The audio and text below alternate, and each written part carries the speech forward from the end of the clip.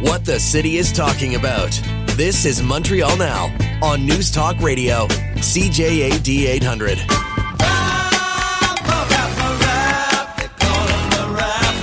The golden age of America begins right now. From this day forward, our country will flourish and be respected again all over the world. We will be the envy of every nation, and we will not allow ourselves to be taken advantage of any longer. During every single day of the Trump administration, I will very simply put America first. All right. Part of, a very small part of the inaugural address from Donald Trump earlier today when he was sworn in as the U.S.'s 47th president. James Mennie is on the line over at the Montreal Gazette. Jim, there are a lot of things covered in this speech. I said off the top today, my only disappointment, and it's not fair that I be disappointed about something that Donald Trump said because you kind of know what you're going to get. But the fact that he actually went out of his way to basically dump on the last administration, which is something typically you don't do, most people anyway, in an inaugural address. But what was your take?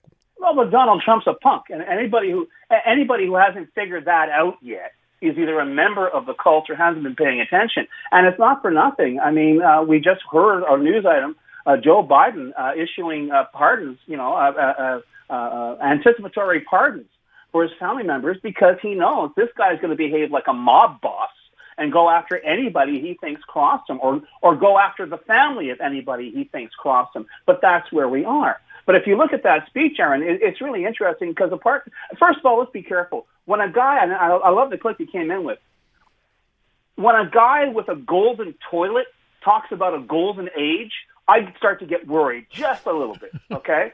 But on top of everything else, okay, here's Donald Trump, stitching together all these absolute cliches. There is one thing in there he mentioned about the Department of Justice. My take on that is I intend to castrate the Department of Justice to make sure that I, my family members, and none of my cronies will ever be charged with any crime whatsoever, never mind pardons. As for the rest, the suggestion that he's going to go into Mexico. I mean, it's the same thing with the tariffs. I said a couple of weeks ago, it ain't going to happen. Trust me, I'm telling you right now, it's not going to happen. This idea, we're going to study it and do it in incremental part. We already knew that the wheels were falling off when they said, well, maybe it'd just be a few percent here or there. He got his leash yanked, and now basically, we'll have to wait and see what new thing he said is not going to happen. Although I got to tell you, I didn't watch it. I listened to it. I didn't watch it. I would have loved to have done a cutaway to Elon Musk's face when he said he's going to kill the Green Deal and make sure that we're going to remain like, internal combustion society. I wonder what Mr. Musk got in return for that.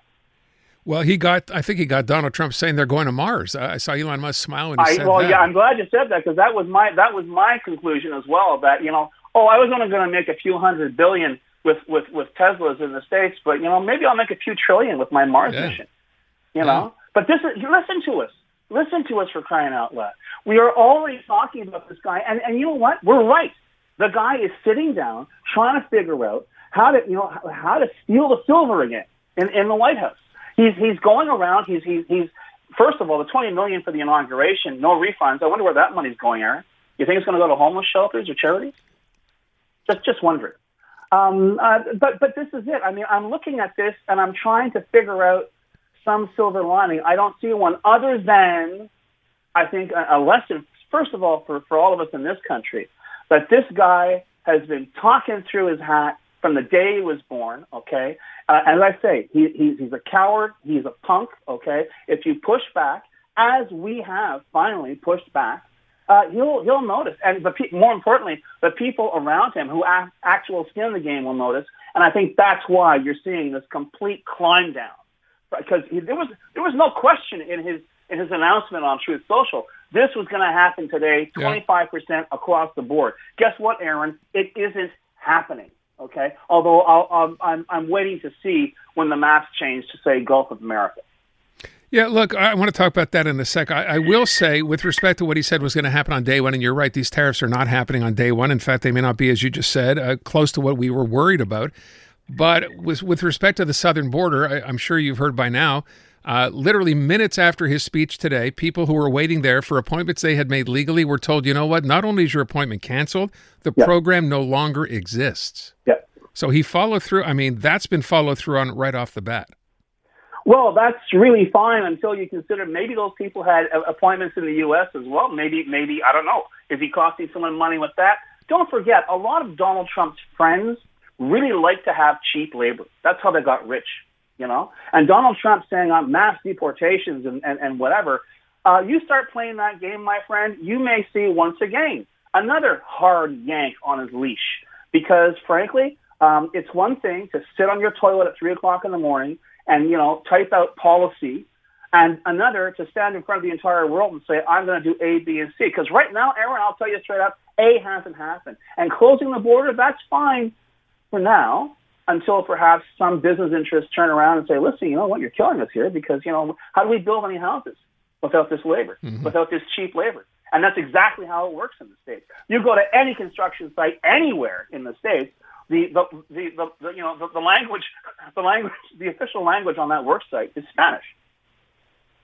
Look, we don't know how this is going to play out. I'm wondering, Jim, have you heard? Because the idea today was even after the inauguration that once he sat down at his Oval Office desk or wherever he is, he'd start signing executive orders left and right. Have you heard anything? Absolutely nothing. And the fact that the Wall Street Journal and the New York Times reported that he is backing off on this bluff about 25% tariffs. Don't forget, the Wall Street Journal and the New York Times, their main journalistic mission was to make sure Donald Trump got elected. Their mission now is to make sure he stays there. So they're going to make sure idiocy, such as imposing 25% tariffs on Canada and Mexico, and for all we know, China, aren't going to happen. There are a lot of people out there whose names we'll never know, Aaron, who have a lot of skin in this game. Their name's not Donald Trump. He is now, as he has always been, a professional stooge. And the fact is, they're going to make sure their interests are protected. So we'll see. Maybe the border will remain closed. Maybe that program will be eliminated, Eric. But then again, maybe next week we'll be talking about something else. All right. Meanwhile, on the other side of the border, it's official now. We know who's in the Liberal leadership race. Everyone kind of raced to announce this weekend. Chrystia Freeland and, of course, Karina Gould in there as well. Yep. You saw, Chrystia Freeland tried to talk tough with respect to Donald Trump. You kind of now wonder if that was just blowing in the wind. Well, listen, they say showing up is half the battle, but I got to tell you, showing up and being ready is also half the battle. Her op-ed piece in the Toronto Star, which pulled no punches, was essentially repeated word for word in the Washington Post today. Okay? So I don't think she had the inside track on knowing that Trump was going to back down. She has dealt with him in his administration before. I guess she figured that probably would happen. But the fact that she has come out, as far as I know, the only candidate for the leadership to have given an ABC on what this country will do if faced with tariffs from Donald Trump, seems to me to put her a bit of ahead of the pack. I know there are probably debates to come and events happen, Aaron, but the fact of the matter is I'm getting the impression that she is, how can I put it, more branché, more connected to what is going on right now in real time, to what people are expecting to hear, expecting to know. Those words were tough, but you know what? To a certain extent, they were comforting. It's one thing to turn around and say, wear a baseball cap and say Canada's not for sale. But on the other, to lay down and say, you do this, we will do this. And this is exactly how we will do it. And then to mention off which states are going to be taking it, on the chops with tariffs, I think that shows a certain amount of, how can I put it, research and a certain amount of guts. And I really think that right now it is serving her in very good stead. You think if you're handicapping this race, then she's ahead right now? Oh, absolutely.